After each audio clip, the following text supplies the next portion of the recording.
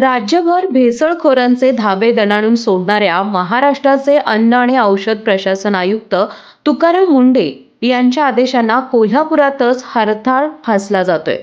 शाळांच्या 500 मीटर परिसरात स्टिंग सारख्या एनर्जी ड्रिंक्सच्या विक्रीवर स्पष्ट बंदी घालण्यात आली आहे. मात्र जनप्रवास लाईव्हने याबाबत केलेल्या स्टिंग ऑपरेशनमध्ये धक्कादायक वास्तव समोर आलंय.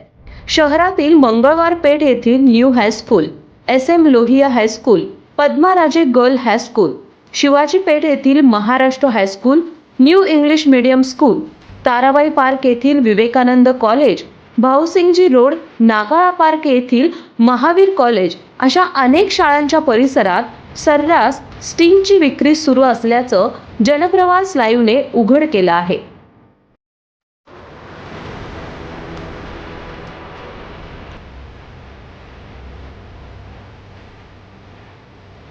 महाराष्ट्रातील अन्न व औषध प्रशासनाच्या वतीनं आहेत, प्रशासनाचे आयुक्त आहेत ते तुकाराम मुंढे यांनी 3 जुलै रोजीच म्हणजे जे शाळेच्या परिसरामध्ये 500 मीटर अंतरावर आहे ती स्टिंग एनर्जी विकण्यास आहे ती बंदी घातली आहे. मात्र आज 10 दिवस झाले, मात्र कोल्हापुरातील परिस्थिती मात्र वेगळी आहे.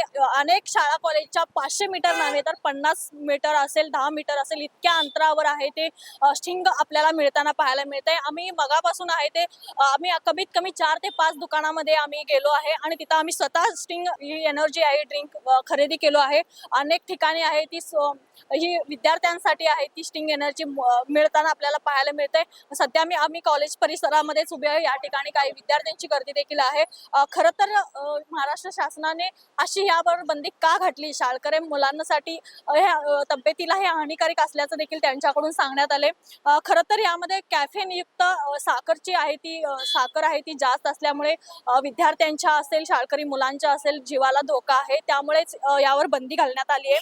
त्यासोबतच ह्या बॉटलवर प्युअरली लिहिण्यात आले की not recommended for children, pregnant और लॅक्टेटिंग वुमन पर्सन सेन्सिटिव्ह टू कॅफेनियन.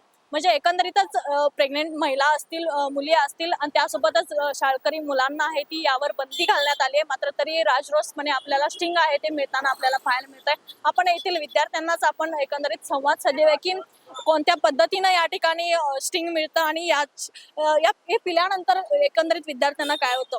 दादा नमस्कार. नमस्कार.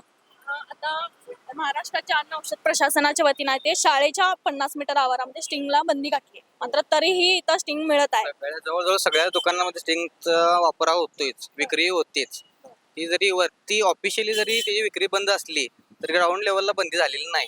प्रत्येक दुकानामध्ये मिळते म्हणजे मिळतेच. काय म्हणजे का मुलं आहेत ती अट्रॅक्टिव्ह होतात ह्याच्याकडे? त्याचा फ्लेवर असेल किंवा काय ते चव वगैरे असेल त्यासाठी होत असतील. काय सांगताय तुम्ही? म्हणजे तुम्ही ग्राउंडवर पाहिला आहात की तुम्ही स्वतः म्हणताय की प्रत्येक दुकानामध्ये असं हो, मिळताना चित्र आहे. काय सांगाल तुम्ही प्रशासनाला? प्रशासनाने जरी वरती बंदी घातली असेल तरी ग्राउंड लेवलला येऊन दुकाने वगैरे चेक करावीत. पोलीस प्रशासनाने म्हणा किंवा अन्न सुरक्षा आपले तुकाराम मुंढे साहेब आहेत त्यांच्या नियंत्रणाखाली सगळी टेस्ट व्हावी प्रत्येक दुकानांची. तुम्ही कुठून इथं आलाय? मी राशिवडे, राधानगरी तालुका. तुम्ही जिथून इकडे आला आहात तिथली परिस्थिती काय आहे? गाव लेवलला सुद्धा याची विक्री भरपूर प्रमाणात होते. प्रत्येक कोल्ड्रिंकच्या दुकानामध्ये स्टिंग हे असतंच. तिथं हीच परिस्थिती हो खरं हो, तर खरं तर पूर्ण कुठेही कोणत्याही दुकानात जावा, प्रत्येक दुकानात स्टिंग म्हणा, स्प्राईट म्हणा, थम्सअप म्हणा, सगळे कोल्ड्रिंक्स आहेत. ठीक आहे, आपण आणखी या ठिकाणी नागरिक आहेत, आपण त्यांच्याकडून जाणून घ्या. नमस्कार काका, कुठून आलाय? मी आमच्या गाव भुईवडे गावात आलो. बरं, म्हणजे कॉलेजच्या परिसरामध्ये आहात म्हणून म्हटलं की ऍडमिशन साठी किंवा हा ऍडमिशन आलाय. आलाय. नाही, ऍडमिशन माझ्या मुलगाचं ऍडमिशन आहे, त्यासाठी मी इथं आलो आहे.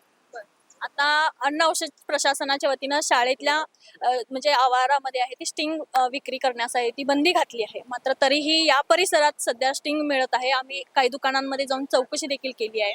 एक पालक म्हणून तुम्ही काय सांगता?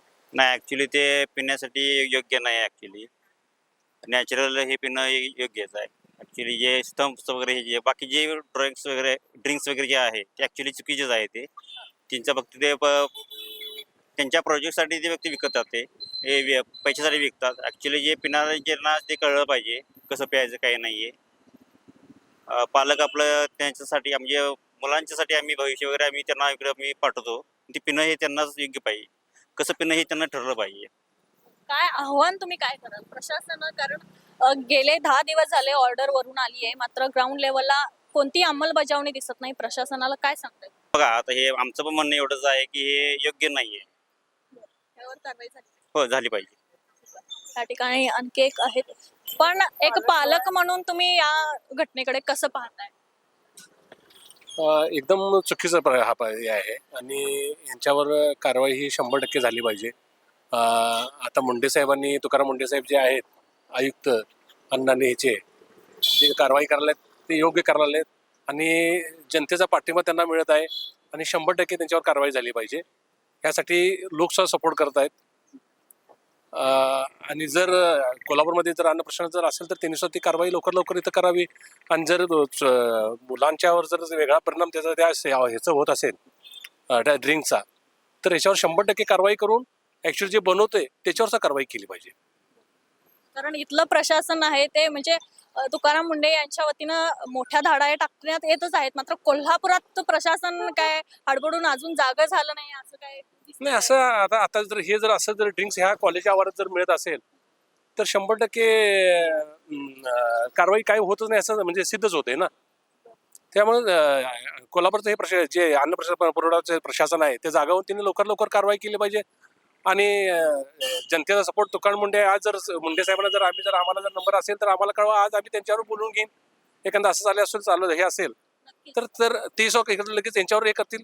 आणि तुम्ही मुंडे साहेबांना सुद्धा ह्या तुमच्या माध्यमातून त्यांच्यावर हा म्हणजे रिपोर्ट जायला पाहिजे. कोल्हापूरमध्ये काहीच कारवाई नाही आणि हे सगळं चालू आहे असं का कळून दे त्यांना. नक्कीच नक्कीच तुमची प्रतिक्रिया आहे, आम्ही कळवण्याचा प्रयत्न आम्ही नक्कीच करू. या ठिकाणी काही विद्यार्थी आहेत, आपण त्यांच्याकडून जाणून घेऊया. आता शाळेच्या आवारामध्ये स्टिंग विक्रीला बंदी आहे, मात्र तरीही इथं विक्री होताना पाहायला मिळते. नवीन आहे आता ऍडमिशन करायचं. असू दे, पण तुम्ही इथं ऍडमिशन आता घेणार आहात, मात्र इथं असं हा प्रकार आहे तो सुरू आहे. खरं तर विद्यार्थ्यांच्या आरोग्यासाठी हा धोकादायक आहे. काय सांगताय? ठेवणं बंद झालं. म्हणजे कधी ड्रिंक वगैरे घेतलाय हे? नाही. नाही. ठीक आहे. आणखी काही विद्यार्थी आहेत, आपण त्यांना विचारूया. दादा या कॉलेजमध्ये शिकत आहात का? होय. आता या परिसरामध्ये म्हणजे कुठल्याही शाळेच्या परिसरामध्ये स्टिंग विक्रीला बंदी आहे. अन्न औषध प्रशासनाने बंदी घातली, मात्र इथं अजूनही तसं प्रकार दिसून येत नाही. स्टिंग मिळत आहे. विद्यार्थी म्हणून काय सांगताय? ज्या गोष्टी आपण त्यांना म्हणजे ते विक्रेत्यांनीच त्यांनी त्या गोष्टी आपण घेण्यास त्यांनी नकार द्यावा. आणि विद्यार्थ्यांना पण कळालं पाहिजे की आपल्या म्हणजे शरीरास काय हानिकारक आहे. त्यांना आता ती कॉलेजमध्ये शिकत आहेत म्हणल्यावर त्यांना ह्याची जाणीव झाली पाहिजे की आपण काय खाल्लं पाहिजे की काय नाही, आपल्या शरीराला काय वाईट आहे काय नाही. आता तुम्ही म्हणलात की त्यांना जाणीव झाली पाहिजे, मात्र असं दिसून येत नाही. जी तरुण पिढी आहे ती अशा वळणावर जास्त जाताना आपल्याला पाहायला मिळते. तुम्ही तरुण आहात, काय त्यांना आव्हान कराल? तर त्यांचे संस्कार पण यावर डिपेंड करतात. त्यांना घरातल्याने त्यांना कसं वागणूक दिलं त्यांच्या, हे त्यांचं मग त्यांच्या वागणुकीवर मी टोटली डिपेंड आहे असं सांगेन. आपण इकडे आणि विचारूया. स्टिंग विक्रीला आहे ती बंदी आहे, मात्र तरीही इथं विद्यार्थ्यांच्या शाळेच्या आसपास आहे ती विक्री होताना पाहायला मिळते. काय सांग? चुकीचं आहे, बंद करायला स्टिंग पिणं बाद आहे ते. हे पिल्यानंतर काय होतं काय? त्यात अल्कोहोल वगैरे असते त्यामुळे ते न पिल्याला चांगलं. म्हणजे यामध्ये सांगितले की एनर्जी आहे ती डबल. नाही असं काय नाही, पूर्णपणे चुकीचं आहे ते. त्यापेक्षा तुम्ही दूध वगैरे हे आपलं घरचं खाऊ शकता, पिऊ शकता. काय सांगताय दादा? राजरोसपणे विक्री आहे ती सुरू आहे शाळेच्या आवारामध्ये. काय सांग? चांगलं नाही जायचं, विक्री बंद करायला पाहिजे. शाळेच्या बाजूलाच नाही असं म्हणजे सगळीकडे विक्री बंद व्हायला पाहिजे. सांगतो हे स्टिंग एवढंच बंद व्हायला पाहिजे की उरलेले कोल्ड्रिंक्स आहेत ती देखील बंद? कोल्ड्रिंक्स हे बंद झाले पाहिजे, चांगलं नाही जायचं असं माझं वाटतंय. एवढं सांगतो ते. ठीक आहे. ह्या ठिकाणी काही विद्यार्थी आहेत जे आपला दुपारचा वेळ आहे तो स्नॅक्स खाण्यात, वडापाव खाण्यामध्ये आहेत. ते सर्वच गुंतले आहेत. आपण त्यांनाच एकंदरीत विचारूया. ते बघून सर्व विद्यार्थी इथून जात आहेत. त्या ठिकाणी आपण पाहिलं की विद्यार्थी आहेत, त्यांना याबद्दल माहिती आहे, जाणीव देखील आहे, मात्र तरीही त्यांच्याकडून प्रतिक्रिया आपल्याला येताना दिसत नाहीयेत. या ठिकाणी रिक्षा चालक आहेत ते कायम या ठिकाणी असतात. आपण त्यांच्याशी संवाद साधूया. काय सांगताय, किती वर्षापासून तुम्ही या ठिकाणी रिक्षेची सेवा देत आहात? मी तर आता म्हणजे 20 वर्ष झाले रिक्षा चालवतोय. आता या शाळेच्या परिसरामध्ये स्टिंग विक्रीसाठी अन्न औषध प्रशासनाच्या वतीनं बंदी घालण्यात आली आहे. आता तरी या परिसरात स्टिंग मिळत आहे. आम्ही स्वतः जाऊन दुकानांमध्ये खरेदी केलो, विचारलो, तिथं राजरोस पण येथे मिळत आहे. काय सांगाल? विद्यार्थी तुमच्यासोबत असतात, तुम्ही काय सांगताय? नाही, स्ट्रिंग हे खरोखर मुलांच्या आरोग्यासाठी घातक आहे आणि याच्यावर खरोखर कठोर कारवाई व्हायला पाहिजे आणि ते पूर्णपणे बंद व्हायला पाहिजे असं मला वैयक्तिक वाटतं. आता या परिसरात मिळत आहे स्टिंग, त्यांना तुम्ही काय सांगाल? जे विक्रेते आता आहेत, त्यांनी सुद्धा आपल्या स्वतःच्या फायद्यासाठी मुलांचं आरोग्याचा विचार करायला हवा त्यांनी, कारण की ही भावी पिढी आहे, ही स्ट्रिंगच्या खूप आहारी गेलेली आहे असं मला वाटतंय. कारण की जिकडे तिकडे बघल ते पोरांच्या आता स्ट्रिंगच दिसत आहे आणि त्याचं म्हणजे हे आपलं साईड इफेक्ट एवढे आहेत की अजून ते मुलांना माहीत देखील नाही. खरोखर ते तुम्ही ह्या माध्यमातून पोरांना ते त्याचं साईड इफेक्ट सांगावं आणि ते पोरांनी पूर्णपणे बंद करावं आणि विक्रेत्यांनी सुद्धा मी विनंती करतो की किरकोळ फायद्यासाठी मुलांच्या आरोग्याशी त्यांनी खेळू नये आणि ते स्ट्रिंग हे पूर्णपणे त्यांनी विक्री बंद करावी आणि सरकारनं सुद्धा यासाठी कठोर पावले उचलावी अशी माझी विनंती आहे. नक्कीच खरं तर जे पैशासाठी विक्री करतायत, खरं तर तेही जबाबदार नागरिक म्हणून जेव्हा वागतील तेव्हा खरंच अशा शाळेच्या परिसरामध्ये असेल, संपूर्ण ठिकाणी आहे ते कोल्ड्रिंक्स असतील, अशा प्रकारचे ड्रिंक्स असतील, मानवी शरीरास हानिकारक होणार आहेत, ती बंदी नक्कीच होईल. कारण प्रत्येक गोष्ट जर प्रशासनाच्या वतीनंच जर करण्याचं ठरवलं तर ग्राउंड लेवलला एक जबाबदार नागरिक म्हणून ती अंमलबजावणी करणं देखील तितकंच गरजेचं आहे. खरं तर अन्न औषध प्रशासनाचे आयुक्त तुकाराम मुंडे यांनी आहेत ते याआधी देखील भेसळयुक्त आहेत ते पनीर असेल, दूध असेल, दूध पावडर असेल, असे अनेक भेसळयुक्त पदार्थ आहेत ती बाहेर काढले आहेत. त्यानंतर शाळेच्या परिसरामध्ये आहे ती स्टिंग विक्रीला बंदी घातली आहे.